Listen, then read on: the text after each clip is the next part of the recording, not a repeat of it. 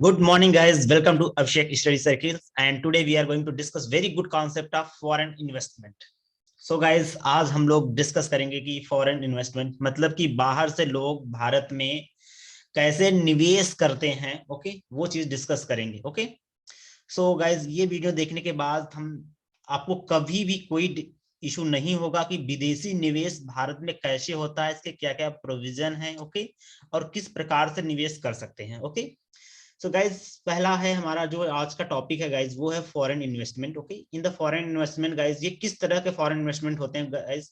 तो अगर देखा जाए इंडिया में, तो इंडिया में दो तरह के फॉरेन इन्वेस्टमेंट हम लोग करते हैं। वन इज द एफडीआई, जिसको बोलते हैं फॉरेन डायरेक्ट इन्वेस्टमेंट, एंड दूसरा है FPI, foreign portfolio investment. Okay, ये फॉरेन इन्वेस्टमेंट दो टाइप से इंडिया में करते हैं, एफडीआई के थ्रू और एफपीआई के through, foreign portfolio investment. Okay guys, तो हम लोग बहुत डिटेल में पढ़ने वाले हैं कि ये एक्चुअली में होता क्या है। Okay, so let me start with this. Okay guys, foreign investment का मतलब है कि विदेशी लोग भारत में कैसे इन्वेस्टमेंट करते हैं, या तो उनके शेयर मार्केट में इन्वेस्ट कर दें, या फिर वहां पे आके कंपनी खोल के इन्वेस्टमेंट कर दें, या फिर उनके पेंशन में। ओके, या बहुत तरीके से गाइज उनके पेंशन में कर सकते हैं, या फिर म्यूचुअल फंड में कर सकते हैं। ओके, या किसी और कंपनी में पैसे लगा कर सकते हैं। तो बहुत डिफरेंट डिफरेंट वो क्या क्या प्रोविजन है, किसको हम फॉरेन डायरेक्ट इन्वेस्टमेंट बोलेंगे, किसको फॉरेन पोर्टफोलियो इन्वेस्टमेंट बोलेंगे, या फॉरेन डायरेक्ट इन्वेस्टमेंट होता क्या है। ओके, ये सारी चीजें डिस्कस करेंगे in this video. Okay guys, तो लेट्स स्टार्ट दिस।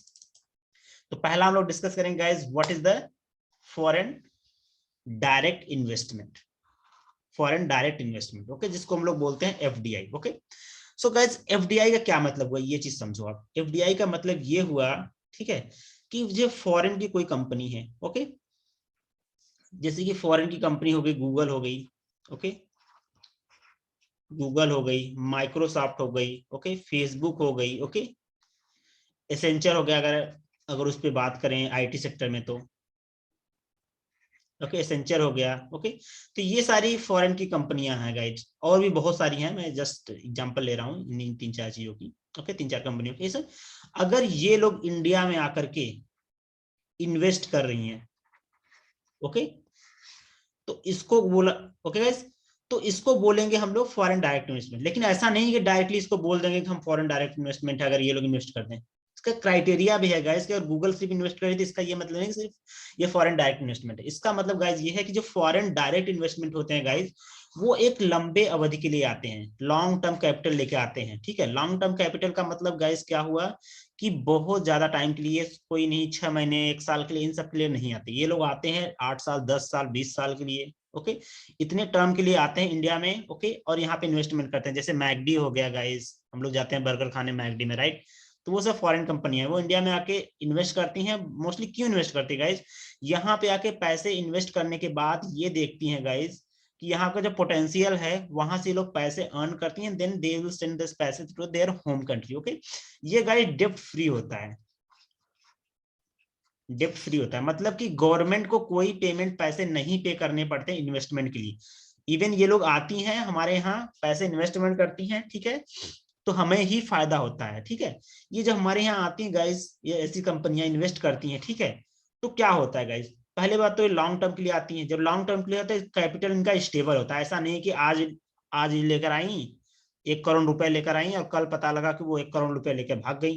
तो ऐसा नहीं है, ये लोग आएंगे 8 10 साल के लिए, तो एक स्टेबल कैपिटल निकाले आती हैं। ठीक है, जब ये कंपनियां आती हैं गाइज अपने यहाँ, जब ये ब्रांचेज ओपन करती हैं, तो अपने साथ क्या लेके आती हैं गाइज, ये चीज समझो। ये R&D, रिसर्च एंड डेवलपमेंट लेके आती है, राइट। R&D लेके आती है, रिसर्च एंड डेवलपमेंट। ओके, ये R&D का काम लेके आती हैं, जिससे कि हमें हमारे कंट्री के लिए बहुत बेनिफिट होता है कि उनकी रिसर्च एंड डेवलपमेंट बढ़ेगी किसी पर्टिकुलर फील्ड में।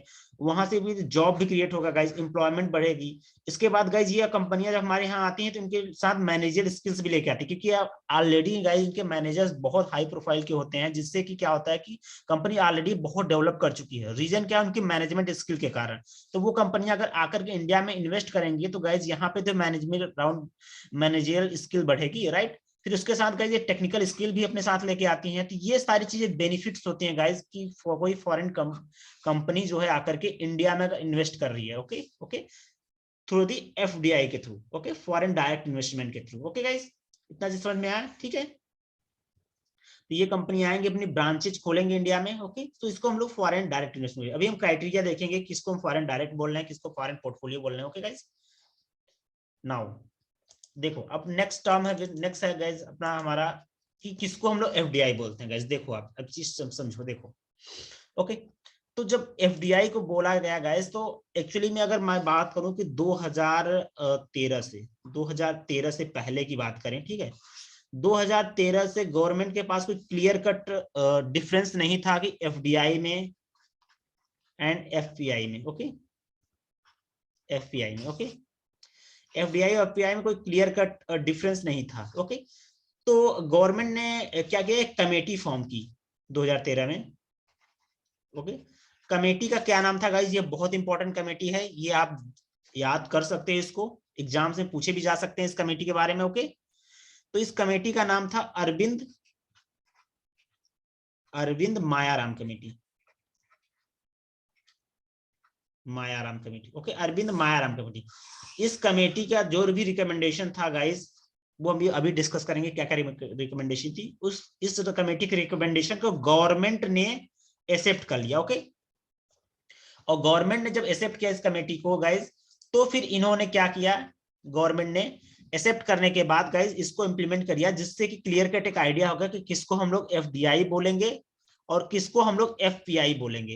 एफपीआई मतलब फॉरेन पोर्टफोलियो इन्वेस्टमेंट। ओके, सो डिस्कस करते हैं कि अरविंद जो मायाराम कमेटी है उसके क्या रिकमेंडेशन थे। ओके, और इसके क्या क्या प्रोविजन है। ओके, तो गाइस अगर मैं एफडीआई की बात करूं, ठीक है, देखो एफडीआई। ओके, एफडीआई, ओके, पहले एफडीआई को जो है इन्होंने 3 तरीके से डिवाइड किया। पहला बोला कि इक्विटी शेयर, इक्विटी शेयर, ये चीज समझो आप। इक्विटी शेयर का मतलब है कि 2 टाइप के गाइस। देखो, अगर विदेशी कोई कंपनी है, वो भारत की किसी कंपनी के शेयर्स खरीद रही है या फिर उनमें इन्वेस्ट कर रही है किसी कंपनी में। ओके, तो पहला तो हो सकता है कि भाई वो कंपनी जो है स्टॉक एक्सचेंज में लिस्टेड हो, राइट, स्टॉक एक्सचेंज में लिस्टेड हो, या फिर अनलिस्टेड, या लिस्टेड कंपनी हो या फिर अनलिस्टेड हो। ओके गाइस, देखो या तो लिस्टेड होगी या अनलिस्टेड होगी। ओके, या फिर अनलिस्टेड होगी, ये चीज बहुत ध्यान से समझना। Okay, unlisted company, sorry just a minute guys, इसको हम लोग इरेज कर देते हैं। ओके,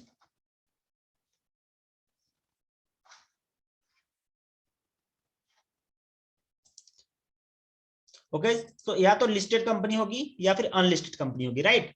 तो अगर लिस्टेड कंपनी है गाइस, तो याद रखना, लिस्टेड कंपनी है और कोई फॉरेन की कंट्री 10% से ज्यादा जो है, याद रखना 10% से ज्यादा इन्वेस्टमेंट कर रही है, तो उसको बोलेंगे एफडीआई। इसका क्या मतलब हुआ, इसका मतलब हुआ कि अगर कोई भारत की कंपनी या विदेश की कंपनी कोई भी हो, भारत के अगर स्टॉक एक्सचेंज में अगर वो लिस्टेड है, और कोई फॉरेन की कंपनी आकर के उस स्टॉक एक्सचेंज में जो भी लिस्टेड कंपनी है उसके अगर 10% से ज्यादा उसके शेयर बाई कर रही है, तो मतलब ये हुआ गाइस कि वो उसको हम लोग एफडीआई के अंतर्गत रखेंगे। कंडीशन समझ में आई। दूसरा क्या है, अगर वो 10% से लेस है, मतलब 3%, 4%, 8-9% है, अगर वो इन्वेस्टमेंट जो फॉरेन की कंट्री कर रही है भारत के लिस्टेड कंपनी में स्टॉक एक्सचेंज की, अगर 10% से कम कर रही है गाइस, तो उसको हम लोग बोलेंगे एफपीआई, फॉरेन पोर्टफोलियो इन्वेस्टमेंट। इतना क्लियर है। ओके, देखो ये 2 चीज क्लियर। स्टॉक एक्सचेंज में अगर लिस्टेड है, तो अगर लिस्टेड कोई कंपनी नहीं है भारत में के स्टॉक एक्सचेंज में, तो जो भी इन्वेस्टमेंट होगा, या 2% हो या 3% हो या 4% हो, what ever percent is that, वो सारा का सारा एफडीआई के अंदर रखेंगे। मतलब कि क्या हो, जो भी इन्वेस्टमेंट होगी अनलिस्टेड कंपनी में फॉरेन कंट्रीज के द्वारा, उसको हम लोग डायरेक्टली एफडीआई के अंतर्गत रखेंगे। ओके, ये अरविंद मायाराम कमेटी से डिसाइड हुआ। इतना चीज क्लियर है। दूसरा इन्होंने क्या बोला कि किसको इनको रखना है क्या एफडीआई के अंदर, री इन्वेस्टमेंट अर्निंग को। ओके, री इन्वेस्टमेंट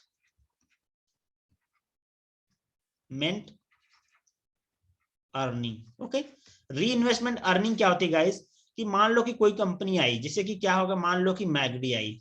ओके, मैगडी आई गाइस। ओके, मैगडी ने क्या किया कि मान लो कि 100 करोड़ जो है प्रॉफिट कमाई, ठीक है, इंडिया में 100 करोड़ प्रॉफिट कमाया इंडिया में, ओके 100 करोड़ प्रॉफिट कमाया, और ये 100 करोड़ का इन्होंने क्या किया कि एक फिर नई ब्रांच खोल ली, ओके न्यू ब्रांच खोल लिया, मान लो न्यू ब्रांच न्यू दिल्ली में इन्होंने खोल दिया इस 100 करोड़ का, ओके तो गाइज इसको भी हम लोग एफडीआई के अंतर्गत ही रखेंगे, ओके मतलब कि जो भी फायदा हुआ, जो भी अर्निंग हुई, उस अर्निंग से हमने नया ब्रांच खोल लिया, ओके अपने ही कंट्री में, उसको बोलेंगे री इन्वेस्टमेंट अर्निंग, ओके तो उसको हम लोग एफडीआई के अंतर्गत रखेंगे। फिर तीसरा है intra company debt transaction, okay intra company debt transaction. इसका क्या मतलब हुआ गाइस?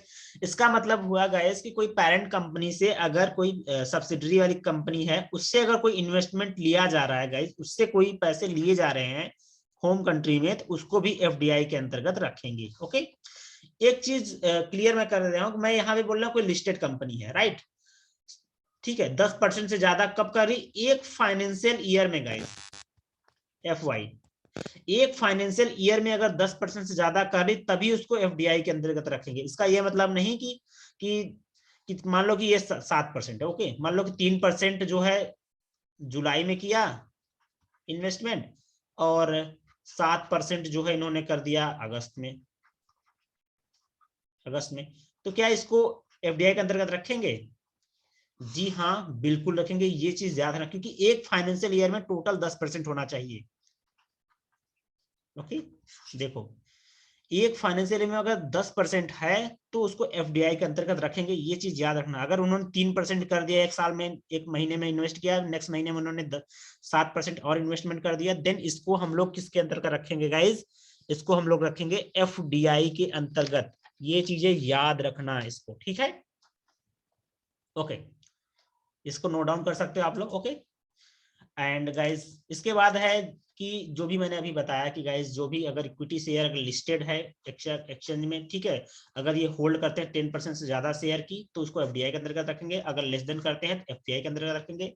री इन्वेस्टमेंट अर्निंग क्या होती है, इंट्रा कंपनी डेट ट्रांजेक्शन क्या होती है, इफ एनी कंपनी इन्वेस्ट 7% और 3% in same and 3% same financial year, हम लोग एफडीआई के अंदर उसको काउंट करेंगे। क्लियर है ये तक? ठीक है now guys our next is, हम लोग क्या देखने वाले हैं गाइस, ये चीज समझो आप, तो हम लोग देखने वाले हैं FPI, okay FPI guys, okay FPI जो होती है गाइस, ये चीज समझो, फॉरेन पोर्टफोलियो इन्वेस्टमेंट, ओके इसमें हमने बताया कि जो 10% से नीचे है, तो जरा आप सोचो कि ये कहाँ कहाँ इन्वेस्टमेंट कर सकती हैं गाइस, या तो ये लोग म्यूचुअल फंड में इन्वेस्ट कर सकते हैं, या फिर पीएफ इन्वेस्टमेंट कर सकते हैं, या फिर पेंशन में कर सकते हैं गाइस, ओके या फॉरेन इंस्टीट्यूशन है, ठीक है तो ये कंपनियां जो होती हैं गाइस, ओके ये अगर स्टॉक एक्सचेंज में आकर के या किसी कंपनी में इन्वेस्टमेंट करती हैं और 10% से नीचे है, तो उसको बोलते हैं हम लोग foreign portfolio investment, okay guys ये बहुत शॉर्ट रन के लिए होती है, शॉर्ट रन फाइनेंशियल कंपनी, ये क्या करती हैं, ये प्रॉफिट के लिए आती हैं, इंडिया में प्रॉफिट बेस पे आती हैं गाइस, इस पे गवर्नमेंट का कंट्रोल नहीं होता, विदाउट कंट्रोल इसमें, इस पे गवर्नमेंट, रीजन क्या है गवर्नमेंट का कंट्रोल, सपोज गाइस कोई ए कंपनी है, कोई ए कंपनी है, फॉरेन का कोई बी बंदा है, ओके कोई बी बंदा, इसमें कंपनी मान लो कि 10K इन्वेस्ट कर दिया, ओके अभी आ गया हमारा कोरोना, मार्केट इस कंपनी के जो शेयर मार्केट गिरने स्टार्ट हुए, डिक्रीज करना स्टार्ट कर दिए, तो ये क्या करेगा, इमीडिएटली ये अपने पैसे निकाल लेगा 10K, राइट। तो गाइस क्या होगा अगर हम इसको बोले भैया कि ये क्या होगा गाइस, ये थोड़े टाइम के लिए होगा, पहली बात तो ये प्रॉफिट मार्जिन के लिए, अगर प्रॉफिट उसको नहीं दिख रहा तुरंत अपने पैसे निकाल के लेके चला जाएगा, तो क्या होगा गाइस कि ये अगर 10% से ज्यादा अगर लोगों को हम एफपीआई के अंदर रखेंगे, तो क्या होगा कि लोग जो है फटाफट पैसे निकाल कंपनी से, और हमारे जो स्टॉक एक्सचेंज है गाइस, स्टॉक एक्सचेंज है, उसमें क्या होगा गाइस कि फ्लक्चुएशन बहुत ज्यादा होगा, बहुत ज्यादा वोलेटाइल हो जाएगी, और मार्केट समझ नहीं आएगा कि कभी बहुत ऊपर चला जा रहा है, कभी बहुत नीचे चला जा रहा है, ओके क्योंकि ये एक कंट्रोल गवर्नमेंट के कंट्रोल में नहीं होता, ये अनस्टेबल कैपिटल होती है गाइस, ये छोटे टाइम के लिए आते हैं, राइट थोड़े समय के लिए का प्रॉफिट गेन करते हैं और निकल जाते हैं यहाँ से। ओके, तो इसको हम लोग एफपीआई के अंतर्गत रख लेते हैं गाइस। अब एफपीआई के कितने टाइप्स होते हैं, कौन कौन से टाइप्स होते हैं, कहाँ पे कौन इन्वेस्टमेंट करता है, वो देख लेते हैं। ठीक है, देखो आप, तो एफपीआई के गाइस हम कहें तो 3 तरह की होती हैं। एक एफआईआई, जिसको बहुत इंपॉर्टेंट है, इस पे क्वेश्चन यूपीएससी में बहुत बार पूछे जा चुके हैं गाइस। ओके, फॉरेन यूपीएससी के क्या बोल सकता हूं मैं, स्टेट पीएससी में भी पूछे गए हैं, इवन एसएससी में भी पूछे गए हैं। ओके, तो ये क्या है, FII foreign institutional investment. Okay, फिर एक है क्वालिफाइड फॉरेन इन्वेस्टमेंट है, एक एनआरआई डिपॉजिट है। ओके, तीनों चीजें हम बहुत डिटेल से पढ़ने वाले हैं। ओके, वन बाय वन समझते हैं। पहला कि फॉरेन इंस्टीट्यूशनल इन्वेस्टमेंट क्या है गाइस, ये चीज समझो। फॉरेन इंस्टीट्यूशनल इन्वेस्टमेंट, ओके, देखो गाइस, पहला है इंस्टीट्यूशनल इन्वेस्टमेंट का मतलब है गाइस कि कोई भी बंदा जो इन्वेस्टमेंट इंस्टीट्यूशन है, ओके, जैसे कि क्या है, पेंशन फंड में है,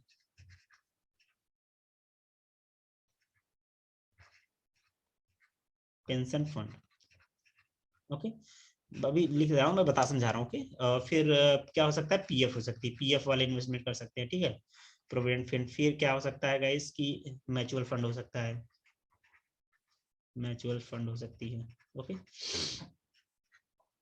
फिर फॉरेन फॉरेन इंस्टीट्यूशन हो सकती है, फॉरेन इंस्टीट्यूशन। ओके,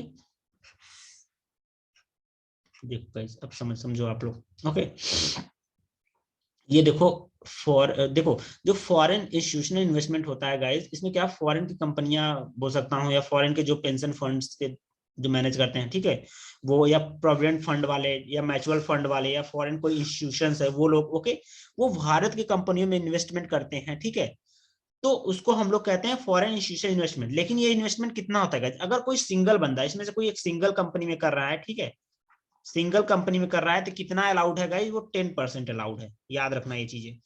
और अगर अगर सभी की बात करें, मैक्सिमम कितना कर सकते हैं ये लोग, 10% से ज्यादा मैक्सिमम जो है 14% कर सकते हैं शेयर में, शेयर मार्केट में। ओके, देखो, फॉरेन इंस्टीट्यूशनल इन्वेस्टमेंट क्या है, पेंशन फंड हो गया फॉरेन का प्रोविडेंट फंड हो गया, फॉरेन का म्यूचुअल फंड हो गया, फॉरेन इंस्टीट्यूशंस कोई हो गई, ठीक है, वो अगर इंडिया के शेयर मार्केट में इन्वेस्टमेंट करते हैं गाइस, तो याद रखना कि वो अगर कोई सिंगल कंपनी में कर रहे हैं तो मैक्सिमम 10% का कर सकते हैं सब लोग मिलकर के। और अगर और डिफरेंट डिफरेंट कंपनी सबका मिला दो तो मैक्सिमम जो है 14% के शेयर खरीद सकते हैं, याद रखना। ओके, इसका याद रखो गाइस, 14%। ओके, नाउ गाइस, इसका याद रखना 14%। ओके, ये चीज याद रखना, अभी मैं इसको रिमूव कर रहा हूँ, बट इसको याद रखना कि फॉरेन इंस्टीट्यूशनल इन्वेस्टमेंट में हम लोग 14% का इन्वेस्टमेंट करते हैं मैक्सिमम। ओके, इसके बाद देखो गाइस, उसके बाद हमारा है दूसरा गाइस, क्या बोलते हैं इसको, foreign qualified foreign investment. Okay, ये क्या होता है गाइस, इसमें इसमें देखो गाइस, एक इंडिविजुअल भी कर सकते हैं। ठीक है, इंडिविजुअल, इंडिविजुअल गाइस, तो इसमें कौन इन्वेस्टमेंट कर सकता है guys, individual foreign qualified investment. जो क्वालिफाइड होंगे गाइस, इसमें कौन है, जो FATF का मेंबर हो। अब कहोगे ये क्या है, देखो गाइस, एक financial action task force, financial action task force का मेंबर हो, कोई भी इंडिविजुअल या कोई भी कंपनी जो है, ठीक है, अगर वो फाइनेंशियल एक्शन टास्क फोर्स का मेंबर है तो वो इंडिया में इन्वेस्ट कर सकता है। अगर कोई सिंगल बंदा कर रहा है इन्वेस्टमेंट तो मैक्सिमम जो है 5% का कर सकता है। ठीक है, और अगर बात करें गाइस, इनमें कितने मेंबर हैं, कंट्री 45 मेंबर है, ये चीज याद रखना, 45 मेंबर कंट्रीज हैं जो फाइनेंशियल एक्शन टास्क फोर्स का मेंबर है। ओके, मैक्सिमम कोई सिंगल बंदा कर रहा है, ओके, तो मैक्सिमम 5% का इन्वेस्टमेंट कर सकता है। अदरवाइज अगर सभी की बात करें गाइस, तो सभी लोग मिलकर के कितना कर सकते हैं, 10% का शेयर, मैक्सिमम 10% का। अगर सिंगल कर रहा है तो 5%, और अगर सभी लोग मिल रहे करके कर रहे हैं तो 10% का शेयर इन्वेस्टमेंट कर रहे हैं। ओके, इतना समझ में। याद रखना कि क्वालिफाइड फॉरेन इन्वेस्टमेंट में मैक्सिमम 10% का शेयर हम लोग इन्वेस्टमेंट करते हैं। ओके, इतनी चीज क्लियर होगी गाइस। अब चलो, इसमें एक था, मैंने बताया था कि जो टाइप्स होते हैं फॉरेन पोर्टफोलियो इन्वेस्टमेंट के, उसमें एक हमने पढ़ लिया, foreign institutional investment, qualified investment क्या होती है? NRI deposit. एनआरआई डिपॉजिट जो होते हैं गाइस, एनआरआई डिपॉजिट का मतलब होता है जो विदेशी भारतीय मूल के लोग जो विदेश में रहते हैं, ठीक है, उसको बोलते हैं एनआरआई। ओके, जो इंडिया के में अगर इन्वेस्टमेंट करते हैं, कोई इंडिविजुअल कर रहा है गाइस, तो वो मैक्सिमम 5% का करेगा, और सभी लोग मिल करके, ठीक है, ये यहाँ पे एंड होगा। ओके, सभी लोग मिलकर मैक्सिमम 10% का कर सकते हैं। ओके, तो ये कितना करते हैं गाइस? हमने बताया था 14%। ये लोग कितना कर सकते हैं? 10%। ओके, और ये तो 10% है ही। तो टोटल कितना इन्वेस्टमेंट कर सकते हैं गाइस एफपीआई के थ्रू? मैक्सिमम गाइस ये लोग अगर 10 + 14 + 10 तो 34%। ओके, टोटल 34% ही इन्वेस्टमेंट कर सकते हैं एफपीआई के थ्रू। रीजन मैंने बताया कि क्योंकि मार्केट बहुत वोलाटाइल हो जाएगा, अगर कोई भी जरा सा कंडीशन, कोई सिचुएशन बनती है, ऐसी सिचुएशन बनती है जिसमें कि मार्केट धाम से नीचे गिर जाए, या फिर जैसे कोरोना आ गया था, ठीक है, तो उस टाइम पे लोग क्या है, पैसे फटाफट निकालना स्टार्ट कर देंगे शेयर मार्केट से, शेयर मार्केट धाम से नीचे गिर जाएगा। अगर सबको बोल दिया जाए कि भारत की कोई कंपनी में 80% इन्वेस्ट कर लो, और वो बंदा पता चला 80% अपने पैसे निकाल के लेके चला गया अचानक से, तो फिर होगा क्या गाइस? आप सोचो जरा, फिर होगा क्या? वो तो कंपनी बिल्कुल चली जाएगी, डूब ही जाएगी फिर तो, राइट। तो इसीलिए गवर्नमेंट ने इसको अलाउ नहीं किया है, कि बोला कि नहीं हम 100% नहीं देंगे, मैक्सिमम आप लोग इतना इन्वेस्टमेंट करते, इससे ज्यादा हम नहीं देंगे इन्वेस्टमेंट करने के लिए आप लोग को, ठीक है। ये चीजें देखो, लेकिन ये फॉरेन पोर्टफोलियो की बात करें, लेकिन फॉरेन डायरेक्ट इन्वेस्टमेंट होगा गाइस, वो चीज समझो, उसमें हम लोग 100% भी दे दिए हैं। ओके, उसमें हम लोग बहुत सारी कंपनियों को 100% दिए हैं।